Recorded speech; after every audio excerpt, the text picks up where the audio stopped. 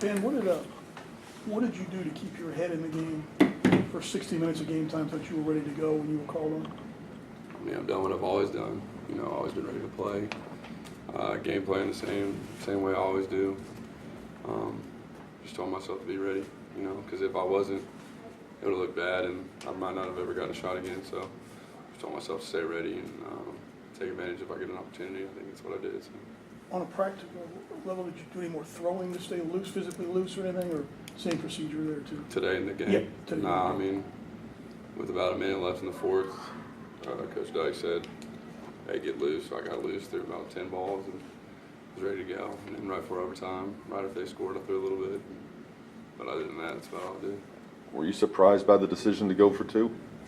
No, because right before, or right after they scored, I was going to ask Coach Lashley if we were going to go for 2, but I didn't. And then right after we scored, I looked at him and said 2, and he was telling me left hash, so I knew we were, or left middle hash, and so I knew we were going for 2, and I knew what play was coming, so we've been working on that. So. For either of you, what was it like waiting out the review by the officials on that after that last play? Hell. It was terrible. I mean, I think all the guys on our side knew it was going to be a touchdown, but just that slight chance in the back of your head, it's like, they called us back. In my mind, I was like, God, I have nothing else to give. Like, I've given everything I had right now. My back is killing me, but I think, and everybody on the sideline knew it was going to be a touchdown. Yeah. I was just trying to get everybody off the field because I didn't want to get a penalty if it wasn't good. If it was a legal formation. I didn't want to put more pressure on Kevin to have to kick a deeper field goal or put more pressure on us to have to get 2 from farther back. So. Is that what the review was? Whether the formation and lined up right? Yeah, they just want to make sure that Hunter wasn't covered up and he was a legal, he's a legal receiver. So, and we've worked that 1,000 times, so we knew it was legal. We just had to make sure Chad was on the ball. But I guess they went back and made it clear that it was legal. So, like he said, we kind of knew it was legal, so we were trying to figure out what they were doing. But it's all good.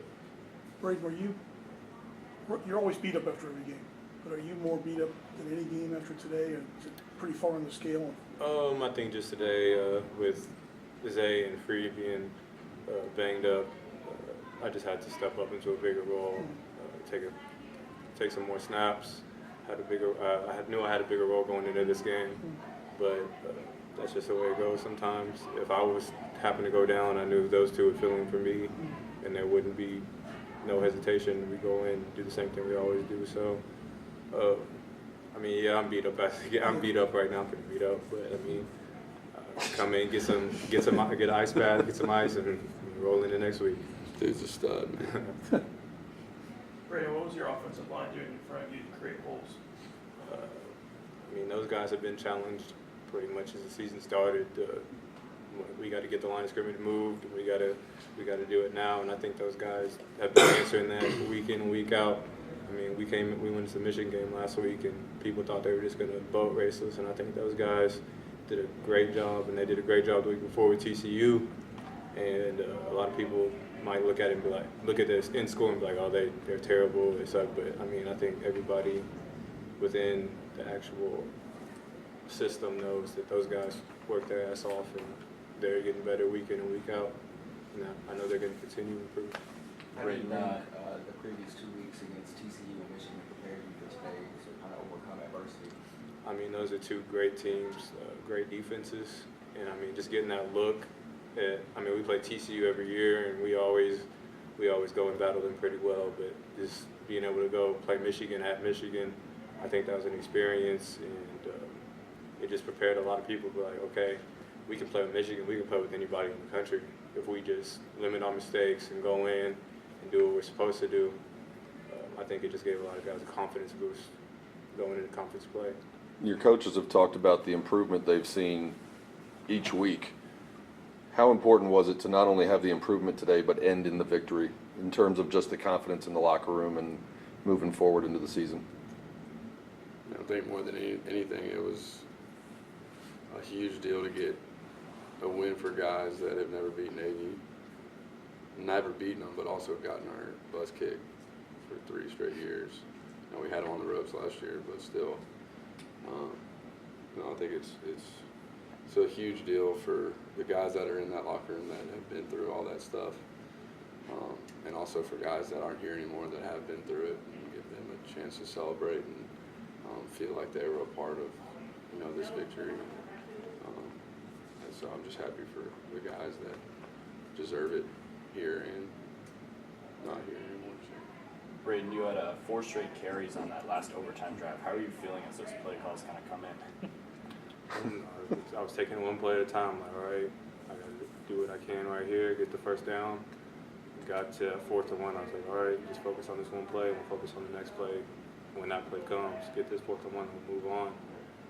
I'm just, like I said, just doing my part to do what I can. And my job that week is to be the playmaker, get the first downs, and that's what I got to do. If my goal, my job that week is to maybe be more pass protection or pass, going on the pass games, whatever it is, whatever coach gives me, do it to the best of my ability. I'm gonna give my all to these guys. Now, Ben, Braeden, we know about the 149 yards rushing, but you had 6 catches for 40 yards. How important is it to show your versatility?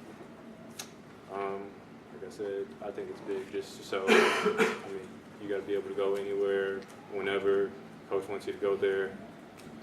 Whether that be being split out, whether that be with special teams, running back, whatever it is to make the team, to help the team, get the team where it needs to be.